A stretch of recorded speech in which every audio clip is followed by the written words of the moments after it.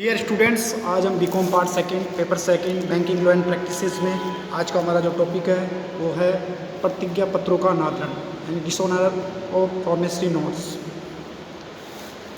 आप जानते हो जैसे कि प्रतिज्ञा पत्रों को स्वीकृति के लिए तो नहीं भेजा जाता, किंतु भुगतान के लिए देय तिथि पर जो विलेख है उसका जो लेखक है वो दर्शन कराया जाता है और साथ ही जो भुगतान किया जाता है। यदि प्रतिज्ञा पत्र का जो लेखक है इसका भुगतान देय तिथि पर नहीं करता है और भुगतान करने में मना कर देता है तो उसे प्रतिज्ञा पत्र का अनादरण यानी डिसऑनर ऑफ प्रॉमिसरी नोट माना जाता है। अब हम बात करते हैं आवश्यकता अनुसार देनदार द्वारा अनादरण यानी dishonour bye draw in case of need.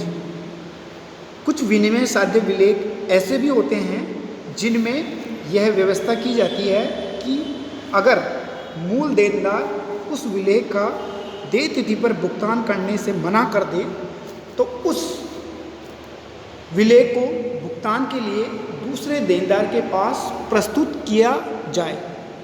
इस दूसरे देनदार को ही आवश्यकता अनुसार देनदार कहा जाता है। ऐसी स्थिति में जब मूल देनदार विलेख की तिथि पर विलेख का भुगतान करने से मना कर देता है तो धारक का यह कर्तव्य है कि वह आवश्यकता अनुसार देनदार के समक्ष भुगतान के लिए प्रस्तुत करें। यदि वह देनदार भी भुगतान करने से अगर मना कर दे तो उसे उस विलेख को भी डिसऑनर माना जाएगा। और यदि धारक विलेख को भुगतान हेतु आवश्यकता अनुसार देनदार को प्रस्तुत नहीं करता है तो विलेख का लेखक धारक के प्रति दायित्व नहीं होगा। अब हम बात करते हैं विनिमय साध्य विलेख के अनादरण पर उठाए जाने वाले जो कदम हैं उनके बारे में। सबसे पहले है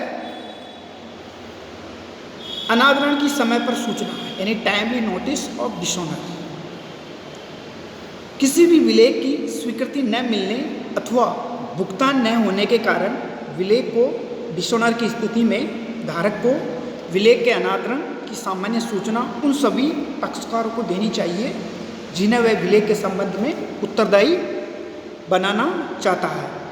अगर प्रॉमिसरी नोट में उस लेखक को चेक के जो अर्हता है बैंक को तथा विनिमय बिल के स्वीकृतकर्ता को डिसऑनर की सूचना आवश्यक नहीं है क्योंकि वे स्वयं ही डिसऑनर करने वाले होते हैं।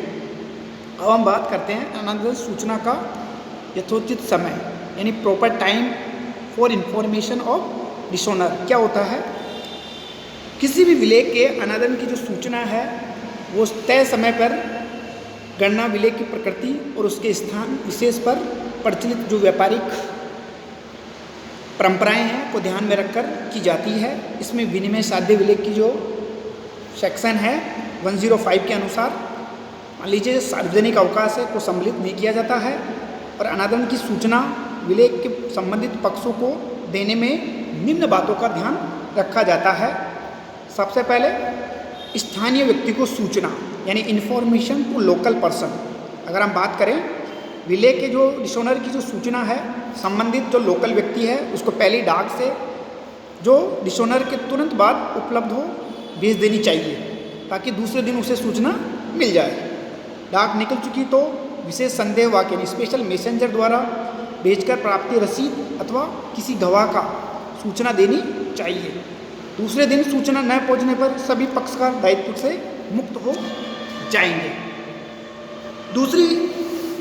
दूसरा है बाहरी व्यक्तियों को सूचना। जान लीजिए जब विलेख का जो प्रमाण या अनादरण सूचना प्राप्त करने वाले जो पक्षकार है अलग अलग स्थानों पर रहते हैं तो डिसऑनर की सूचना अनादरण के तुरंत बाद पहली डाक से भेजना चाहिए।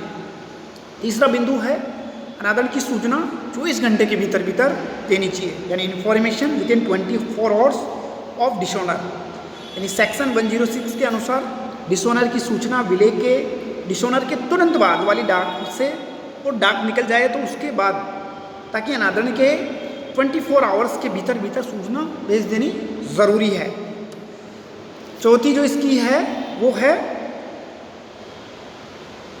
एजेंट द्वारा अनादरण की सूचना समय पर यानी time for information dishonour bye an agent. जब भी कोई विलेख है उसका जो धारक है कुछ एजेंट द्वारा प्रस्तुत किए जाए और उसका जो डिसऑनर हो जाए तो भारतीय विनिमय विलेख अधिनियम की जो धारा है 96 के अनुसार उसका जो एजेंट है या उसका जो प्रधान जो भी है उसे अनादरण की सूचना तय समय पर मिल जानी चाहिए, जो अन्य पक्षकारों को उपयुक्त नियमों के अंतर्गत मिलता है। नेक्स्ट है सूचना प्रमाणन द्वारा अपने जो पूर्व पक्षकार है उन्हें अनादरण की सूचना देना। इसके लिए विनिमय साध्य विनिमय की जो सेक्शन है 107 के अनुसार उतना ही समय मिलता है जितना कि विलेख के धारक को कानूनन मिलता है। अब हम बात करते हैं विदेश में अनादरण की सूचना यानी information of dishonour in foreign countries. जब किसी विलेख का भुगतान भारत के बाहर किसी भी अन्य देश में होता है तो वहाँ का जो देनदार है उसके द्वारा भुगतान न करने अथवा स्वीकृति देने में विलेख का डिसऑनर हो जाए तो भारतीय विनिमय साध्य विलेख की जो धारा है 135 के अनुसार उस विलेख के अनादरण की यानी डिसऑनर की सूचना देने के लिए एक तय समय पर निर्धारित समय पर भुगतान स्थल के परंपराओं अथवा कानूनों के अनुसार सूचना भेज देनी चाहिए। अब हम बात करते हैं अनादरण की सूचना कब आवश्यक नहीं है। कहने का मतलब when notice is dishonour is not necessary. विनिमय साध्य विलेख अधिनियम की जो सेक्शन है 98 उसके अनुसार निम्न परिस्थितियों में कोई भी विलेख है अगर डिसऑनर की दशा में इसकी सूचना आवश्यक नहीं मानी जाती है। पहली है अनादरण की सूचना प्राप्त करने वाला अधिकारी पक्ष ऐसी सूचना की छूट दे दे। दूसरी कंडीशन है जब आहरणकर्ता ने भुगतान न करने का आदेश जारी कर दिया। तीसरा है सूचना प्राप्ति का पक्षकार समुचित खोज पर ही उपलब्ध न हो।